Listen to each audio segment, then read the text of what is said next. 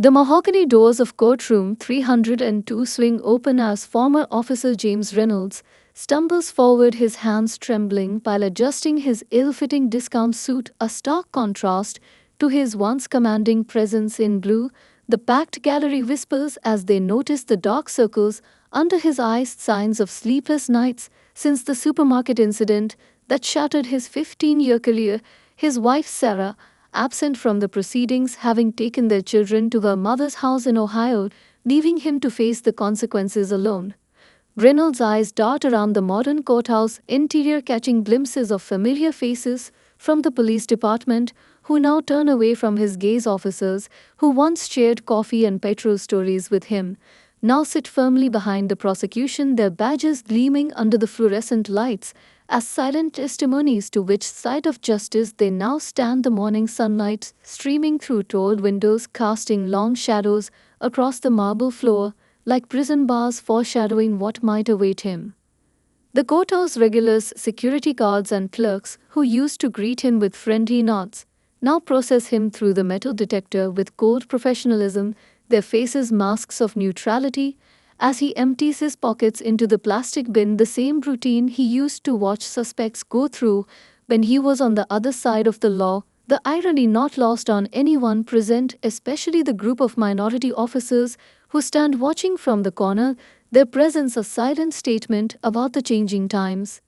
Defense attorney Mark Davidson, a public defender with 20 years of experience, shuffles through his papers beside Reynolds, his weathered briefcase held together with duct tape, suggesting either dedication to frugality or the reality of a public servant's salary. Looking nothing like the polished lawyers Reynolds had imagined would defend him in his darkest moments, the attorney whispers something about remaining calm, but Reynolds barely hears him over the pounding of his own heart. Assistant District Attorney Jasmine Chen stands at the prosecution table, her red blazer a splash of color in the otherwise monochrome courtroom, her reputation for prosecuting police misconduct cases preceding her as she organizes evidence files, each one containing fragments of Reynolds' career that would soon be exposed to public scrutiny. Beside her sits Colonel Martinez, legal representative, Captain Michael Rodriguez, his military bearing evident even in civilian clothes. The gallery fills with community members, activists, and press, their presence ensuring this case will be more than just another entry in the court records. Teenage bloggers with laptops sit next to veteran journalists, their phones silenced, but cameras ready to capture every moment of what promises to be a landmark case in police accountability, the air thick with anticipation and the weight of social change. Judge Gloria Washington enters through her chambers door, her robe flowing behind her like a banner of authority, her history of fair but firm decisions in civil rights cases making her selection for this trial particularly significant. The bailiff calls for all to rise, and Reynolds' legs shake as he stands, remembering how many times he had testified before her in other cases, never imagining he would one day be the defendant. The collection of evidence sits in boxes behind the prosecution: photographs, surveillance footage, body camera recordings, and testimonials from witnesses who had remained silent for years until Colonel Martinez's incident broke the dam of fear and compliance. Reynolds watches as an intern wheels in a television monitor, knowing it will soon display his greatest mistakes in high definition for all to see. His career achievements and commendations now overshadowed by 12 minutes of footage that exposed the prejudices he had harbored beneath his badge.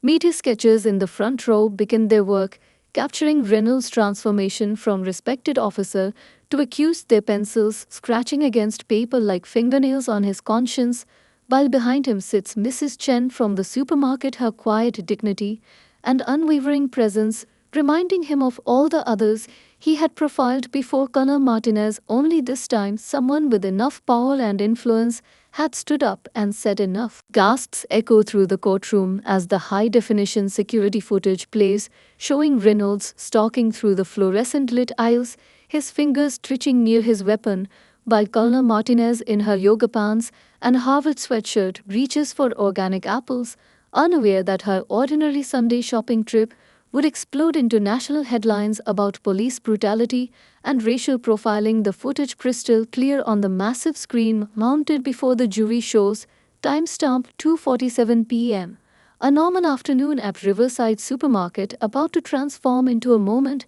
that would shake the nation's conscience. The prosecution's tech expert zooms in on Reynolds' face as he enters the store, the camera's multiple angles revealing how his expression changed upon seeing Colonel Martinez, his hand immediately moving to rest on his holster despite no visible threat or disturbance in the store. Other shoppers, mostly white, moving freely past him, receiving friendly nods, while his gaze remains fixed on the decorated officer who at that moment was simply a woman of color in athletic wear checking the ripeness of fruit. Assistant District Attorney Chen methodically walks the jury through the footage, her laser pointer highlighting key details that might otherwise go unnoticed. The subtle way Reynolds positioned himself to block the aisle exit, the unnecessary adjustment of his weapon, the threatening stance he took while pretending to examine nearby products, the growing discomfort visible on other shoppers' faces as they sensed the brewing confrontation. Members of the jury scribbling notes, their expressions shifting from professional neutrality to visible concern. The timestamp flicks forward, showing Colonel Martinez moving to the organic vegetable section, her shopping cart containing normal Sunday items, meal prep containers suggesting a planned week ahead, protein shakes indicating her fitness routine, a small bouquet of flowers, perhaps for her home, all mundane details that humanize her. In stark contrast to the threat Reynolds had imagined in his report, behind her elderly Mrs. Chen appears in frame, her own cart filled with similar items, her presence about to transform her from shopper to key witness.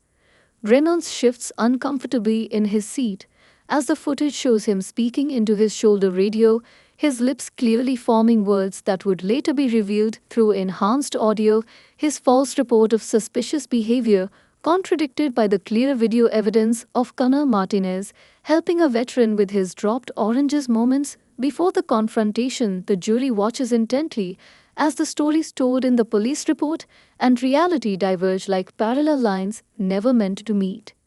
The cameras catch the exact moment Reynolds draws his weapon, the fluorescent lights glinting off the barrel as shoppers freeze in their tracks. A young mother pulls her child behind a display of cereal boxes. A teenager drops his basket of snacks, the sound of clattering items audible even in the silent footage. The produce manager steps forward instinctively to protect, but is warned back by Reynolds' commanding gesture, the entire scene playing out like a nightmare in slow motion.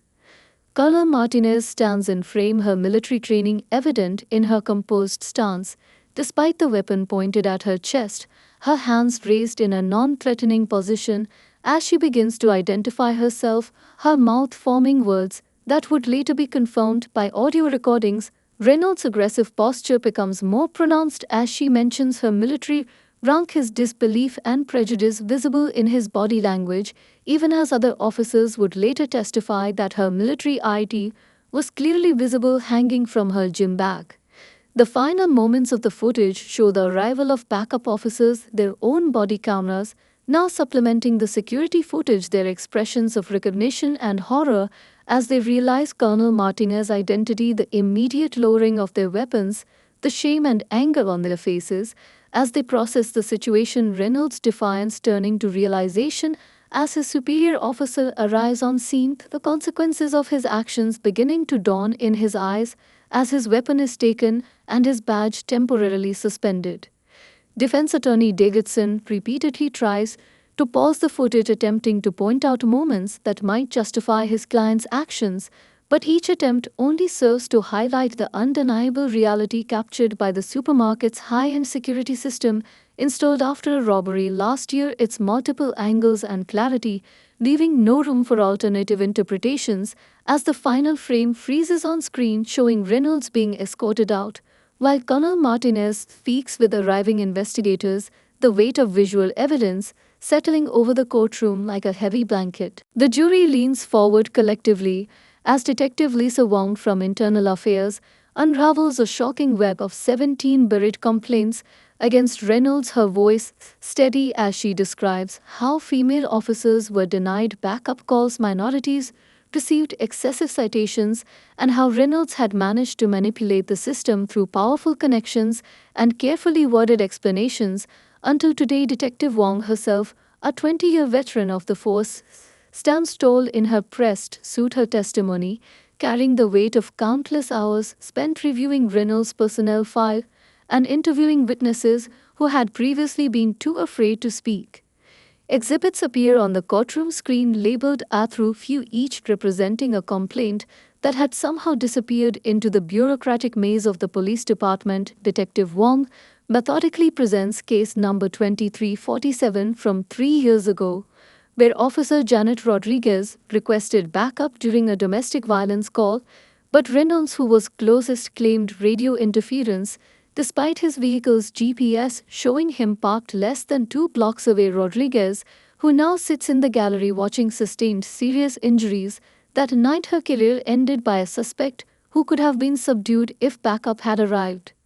The evidence continues to mount as Wong reveals case number 3891 involving a prominent African American surgeon, Dr. Marcus Williams, who filed a complaint about being stopped 8 times in 1 month by Reynolds, each stop lasting over an hour despite no citations ever being issued. The doctor eventually choosing to take a longer route to the hospital where he performed life-saving surgeries rather than drive through Reynolds' patrol area, the lost time immeasurable in its impact on patient care. The surgeon present in court today, his prestigious white coat replaced by a simple suit as he nods in confirmation. Detective Wong pulls up statistics showing Reynolds' citation rates compared to other officers in the same patrol area, the numbers painting a damning picture of targeted harassment. Minority drivers receiving tickets at 4 times the rate of others, female drivers under 30 facing additional scrutiny and delays during stops. The data collected over years, creating a pattern so clear that several jury members audibly inhale at the stark visual representation. Reynolds' own performance reviews mysteriously glowing during this period, speaking to the systemic failure that allowed his behavior to continue.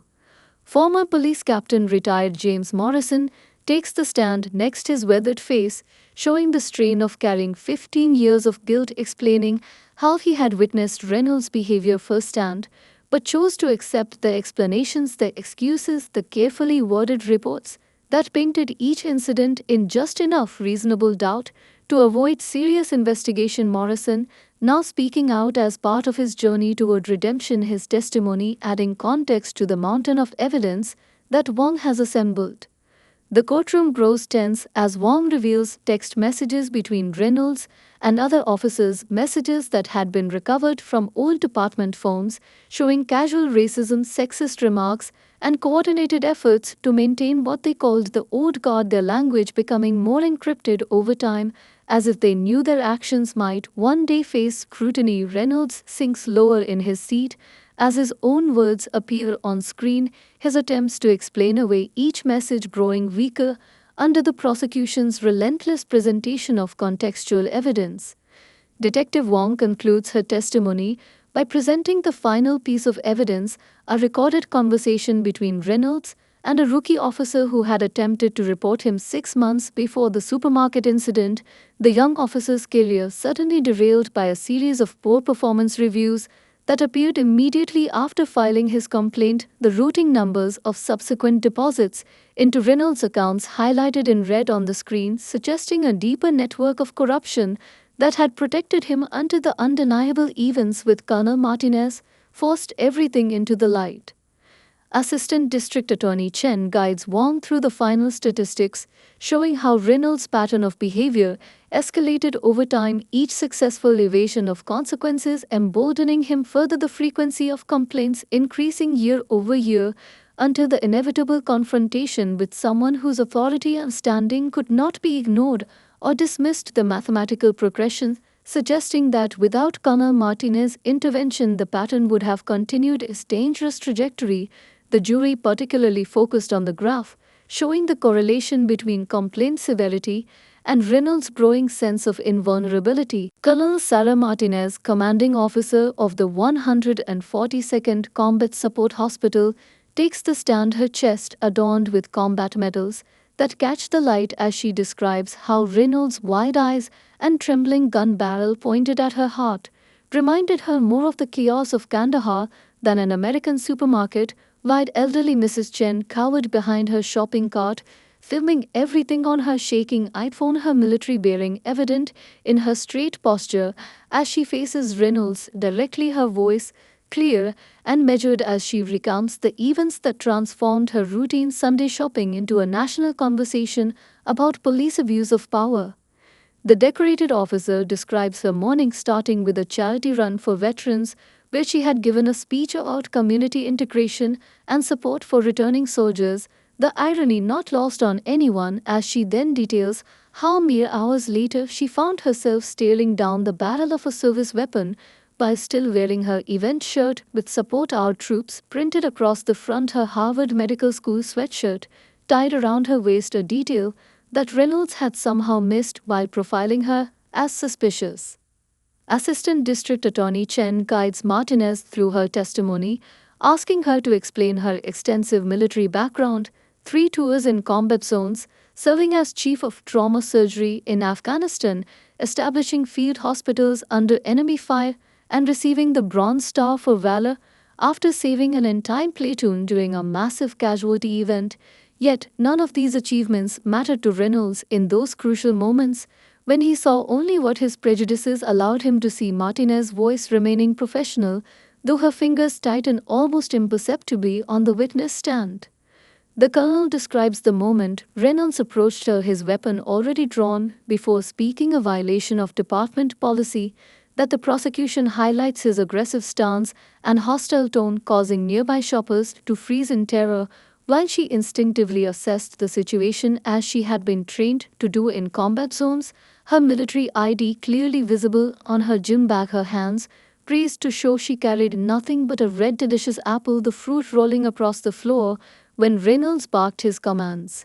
Martinez's testimony shifts to the psychological impact, describing how the incident affected her relationship with local law enforcement, her 13-year-old daughter now afraid to go shopping alone, her son asking to transfer to a different school after classmates shared viral videos of the incident, her voice maintaining its strength as she explains how her combat training helped her stay calm even as Reynolds' finger visibly tightened on the trigger when she attempted to identify herself as a senior military officer. The courtroom sits in rapt attention as Martinez recounts the arrival of backup officers, her relief at recognizing Lieutenant Sarah Williams, one of her patients from the Veterans Hospital, the immediate change in the situation's energy, as Williams ordered Reynolds to stand down, the look of defiance and then fear crossing Reynolds' face as he realized his mistake, the supporting officers' faces showing a mix of horror and shame as they recognized the decorated colonel from numerous community events and veteran support programs.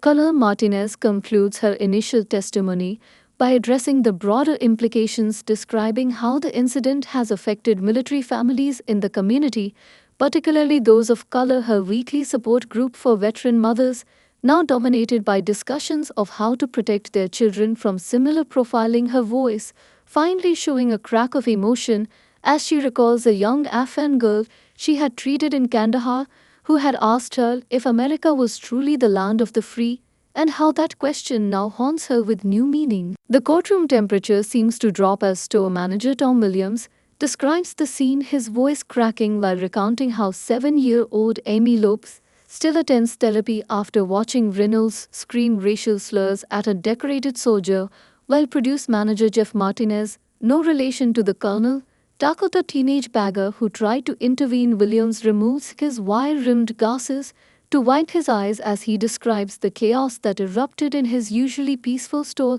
the dairy section abandoned with spilled milk creating puddles that would later appear in crime scene photos, elderly customers frozen in fear between the aisles as Reynolds' commands echoed off the fluorescent lit ceiling. Williams' testimony grows more detailed as he describes his 15 years of management experience, nothing in his training having prepared him for the sight of a police officer drawing a weapon in the fresh produce section, his internal conflict evident as he describes wanting to intervene But remembering the corporate policy about employee safety, his security cameras recording everything while his mind raced through emergency protocols that never accounted for the possibility of law enforcement being the threat, Assistant District Attorney Chen presents the store's safety manual highlighting how Reynolds' actions violated not only police procedure but created a situation explicitly warned against in retail security training.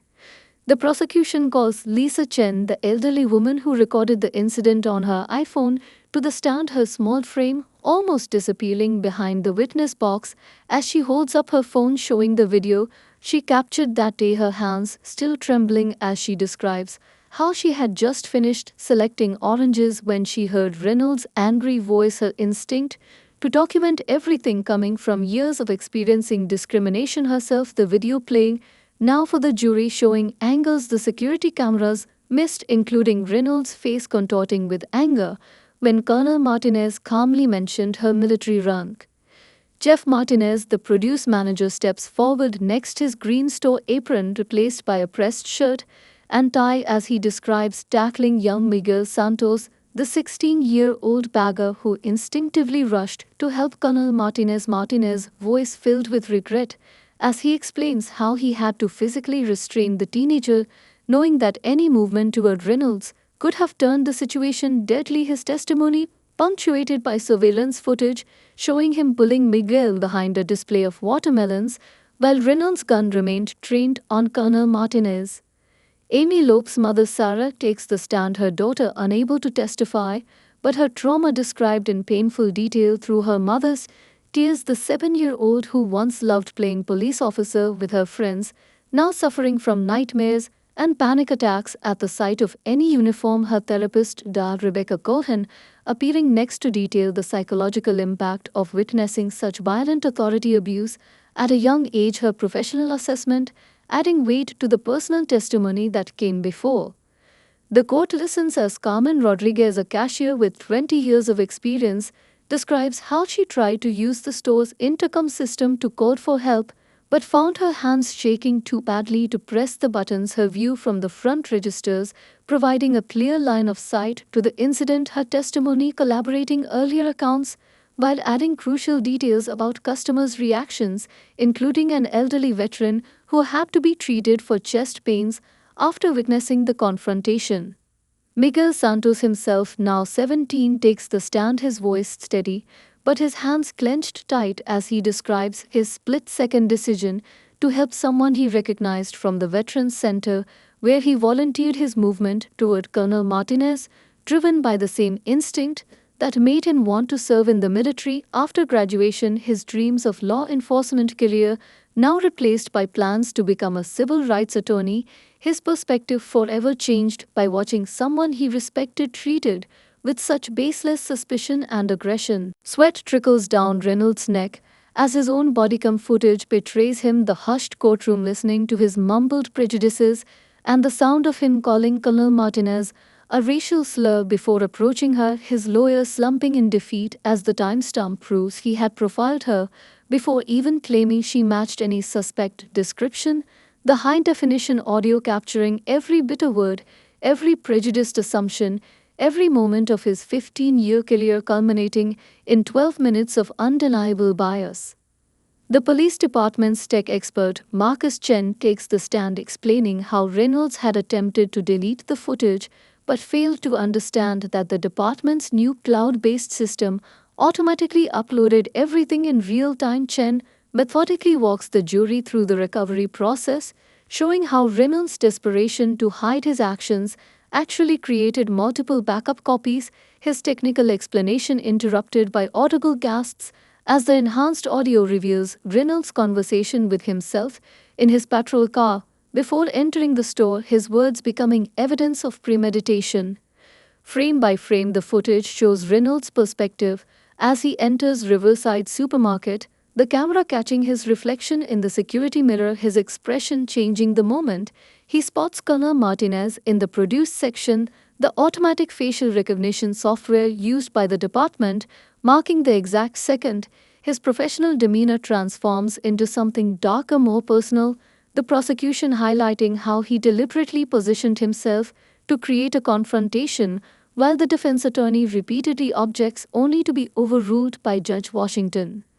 The timestamp syncs perfectly with the store's security footage as Reynolds begins his approach, the bodycam catching audio that the store's cameras missed his muttered comments about immigrants and minorities, taking positions of authority, the sound of him clicking his weapon's holster 3 times before drawing his gun, a habit that department psychiatrist Dr. Sarah Williams would later testify indicated premeditated intent rather than reactive response, his breathing pattern showing excitement rather than the controlled response taught in police training.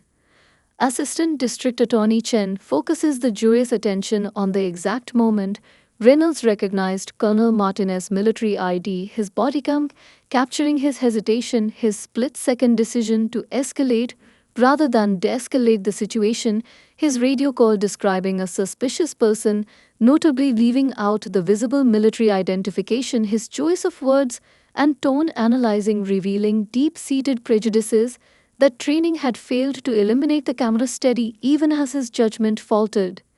Technical analyst Lisa Wong approaches the evidence table holding up Reynolds' backup bodycam, the one he kept in his patrol car, but failed to report during the initial investigation, her testimony revealing how this secondary footage provided a wider angle view of the incident, capturing bystander reactions that Reynolds' primary camera missed, including elderly Mrs. Chen trembling behind a shopping cart and young Amy Lopez crying into her mother's shoulder, the dual perspective, leaving no room for alternative interpretations.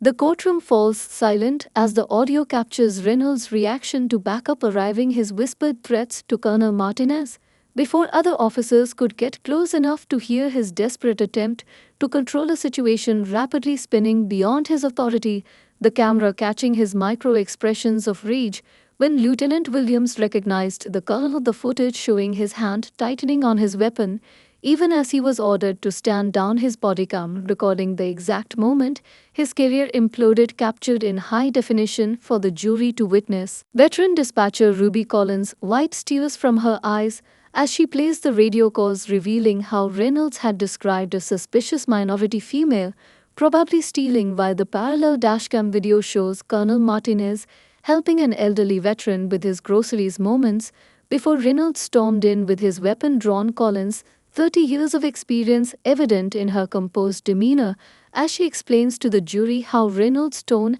and word choice that day deviated significantly from standard police protocol, her testimony carrying the weight of someone who had handled thousands of emergency calls.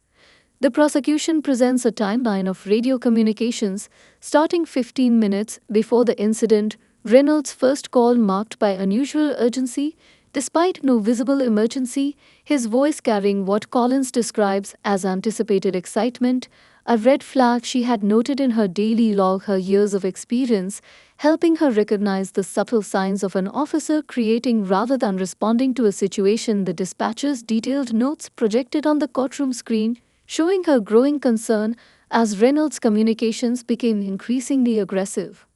Audio enhancement expert Dr. James Chen takes the stand explaining how advanced software isolated background sounds from Reynolds' radio calls, catching fragments of conversation that revealed his state of mind before entering the store, the tech team synchronizing radio transmissions with security footage to create a comprehensive timeline, the evidence showing how Reynolds had muted several incoming dispatches from Collins, attempting to redirect him to an actual emergency across town, his selective responses painting a picture of an officer pursuing a personal agenda.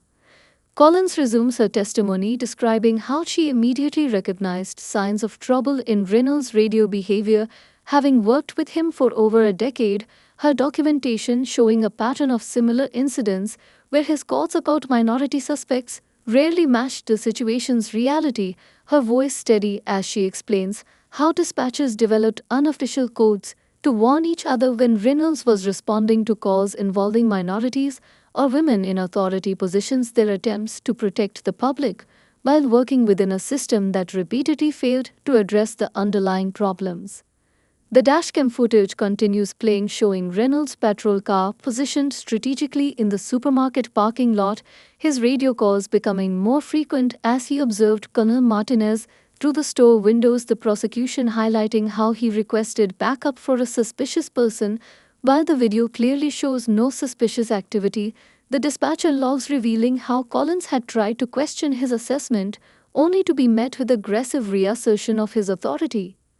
Technical analyst Sarah Rodriguez approaches the evidence table, presenting a detailed analysis of Reynolds' radio communication patterns over the past 5 years, the data showing a clear bias in his response times and word choices when dealing with minorities. Her software mapping emotional indicators in his voice patterns, revealing spikes of aggression that correlated perfectly with incidents involving women or minorities in positions of authority, the evidence supporting Collins' gut feelings with hard data. The courtroom listens intently as Collins plays Reynolds' final radio call before drawing his weapon, his voice carrying what she identifies as predatory anticipation. Her testimony, supported by audio experts who analyzed the subtle changes in pitch and tone that indicated heightened emotional state rather than professional concern, the prosecution connecting these moments to similar patterns in previous incidents that had ended in excessive force complaints, the evidence building a damning picture of an officer acting on personal bias rather than professional judgment. Police Chief Richardson stands rigid with barely contained fury as he describes how Reynolds' actions destroyed decades of community trust. His testimony interrupted by Reverend Jackson in the gallery, who stands to reveal how Reynolds had previously harassed his youth group at their peaceful protest, leading to an outburst of previously silent victims finding their voice, the chief's shoulders bearing the weight of institutional failure as he acknowledges how the system he oversees had allowed Reynolds' behavior to continue unchecked for so long. The chief methodically presents the department's internal investigation findings, revealing how Reynolds had manipulated performance reviews, doctored body camera footage, and intimidated fellow officers into silence, his voice growing harder as he describes discovering years of falsified reports, each one representing a citizen whose trust in law enforcement had been systematically destroyed. The prosecution displaying a map of the city marked with red dots, each representing a complaint against Reynolds, the pattern forming an undeniable picture of targeted harassment. Assistant District Attorney Chen guides Chief Richardson through the department's new policies implemented in direct response to the supermarket incident, the mandatory psychological evaluations, enhanced bias training, and revised complaint procedures, all measures that should have been in place years ago. The chief admits his personal responsibility in trusting the old system, even as warning signs accumulated. His testimony becoming a public acknowledgement of systemic failures that extended far beyond one officer's actions. The courtroom grows tense as Richardson describes the day he personally stripped Reynolds of his badge, the look of defiance in the officer's eyes, even as security footage of the supermarket incident played on the chief's office wall, the discussion turning heated as Reynolds attempted to justify his actions through the same racist rhetoric that had poisoned his judgment that day in the produce aisle, the chief recounting how Reynolds showed no remorse, only anger at being caught, his prejudices finally exposed in front of those who had protected him. Former Internal Affairs Director Margaret Chen, now retired, approaches the stand describing how she had attempted to investigate Reynolds multiple times over the years, only to find crucial evidence mysteriously disappeared, witness statements recanted, and body camera footage corrupted. Her testimony adding weight to the chief's admission of departmental failure. Her retirement, she reveals, came directly after her last attempted investigation into Reynolds was mysteriously shut down by higher authorities. Sergeant James Martinez, no relation to the colonel, takes the stand describing the immediate aftermath of the supermarket incident, the shame that rippled through the department as officers watched the footage in the briefing room, the quiet conversations in patrol cars and locker rooms as others came forward with their own stories of witnessing Reynolds' misconduct, the cultural shift that occurred as the thin blue line began to crack under the weight of undeniable evidence. The chief concludes his testimony by presenting the department's new Community Oversight Board, established in response to the incident, its members including civil rights leaders, mental health professionals, and citizens who had experienced police misconduct firsthand. Their presence in the courtroom, a silent testimony to the changes sparked by Colonel Martinez's decision to stand her ground that day in the supermarket, their oversight now extending beyond this single case to examine decades of similar incidents that had been buried in bureaucratic silence. Judge Gloria Washington, a former civil rights attorney, removes her glasses, her gaze piercing as she addresses Reynolds, listing decades of injustice that his badge had protected until Colonel Martinez became the wrong target at the right time. Reynolds' career-ending signature on his termination papers shaking like autumn leaves, while Colonel Martinez, outside the courthouse, hugs Mrs. Chen, Mrs. Lopez, and her daughter Amy, as reporters capture the moment justice finally arrived in an ordinary supermarket aisle, the morning sun casting long shadows across the courthouse steps as the verdict echoes through the assembled crowd. The judge recounts each piece of evidence, her voice carrying the weight of historical significance as she connects Reynolds' actions to a broader pattern of systemic abuse, her years fighting for civil rights lending authority to her words as she describes how this case represents not just one incident but a turning point in law enforcement accountability, the gallery holding its breath as she prepares to announce the verdict, the tension in the courtroom thick enough to slice with a knife. Colonel Martinez sits straight-backed in her military uniform, her presence, a symbol of the dignity Reynolds had failed to recognize that day in the supermarket, her quiet strength, unchanged as Judge Washington begins reading the list of charges, the colonel's hand resting protectively on young Amy Lopez's shoulder, the child, no longer trembling at the sight of uniforms since starting therapy, but still seeking comfort in the presence of the woman who had inadvertently sparked a movement for change. The verdict falls like thunder: guilty on all counts, abuse of power, civil rights violations, conduct unbecoming of an officer, racial profiling, and excessive use of force. Reynolds' shoulders slumping as each charge is read, his former colleagues in the gallery removing their badges in a silent gesture of respect, not for him but for the justice system finally holding one of their own accountable. The sound of handcuffs clicking shut echoing through the courtroom as he is taken into custody. Outside on the courthouse steps, Police Chief Richardson announces sweeping departmental reforms, his voice carrying across the crowd as he details new training protocols, community oversight measures, and accountability systems designed to prevent future abuse. Colonel Martinez, standing beside him in a powerful image of military and law enforcement unity, their joint presence symbolizing a new era of mutual respect and understanding between different branches of public service. Mrs. Chen approaches the microphone, her small frame standing tall, as she describes her plans to establish a community support group for victims of racial profiling, her iPhone video of the incident having sparked a nationwide conversation about police accountability, her courage in recording the confrontation now inspiring others to speak up against injustice, the elderly woman who once feared police attention now leading a movement for change. Amy Lopez releases a handful of balloons into the sky, each one carrying the name of someone who had filed a complaint against Reynolds over the years, the colorful spheres rising above the courthouse like prayers finally answered. The 7-year-old, no longer afraid of police officers since meeting Colonel Martinez, her trauma transformed into hope through therapy and the support of a community that refused to remain silent. Judge Washington concludes the proceedings by permanently revoking Reynolds' law enforcement certification, ensuring he can never wear a badge again in any jurisdiction, her final words addressing not just the defendant but the entire system that had protected him, her message clear that the time for turning a blind eye to prejudice in law enforcement has ended. The courtroom breaking into spontaneous applause as she stands to exit, the weight of history settling around her shoulders like a well-worn robe.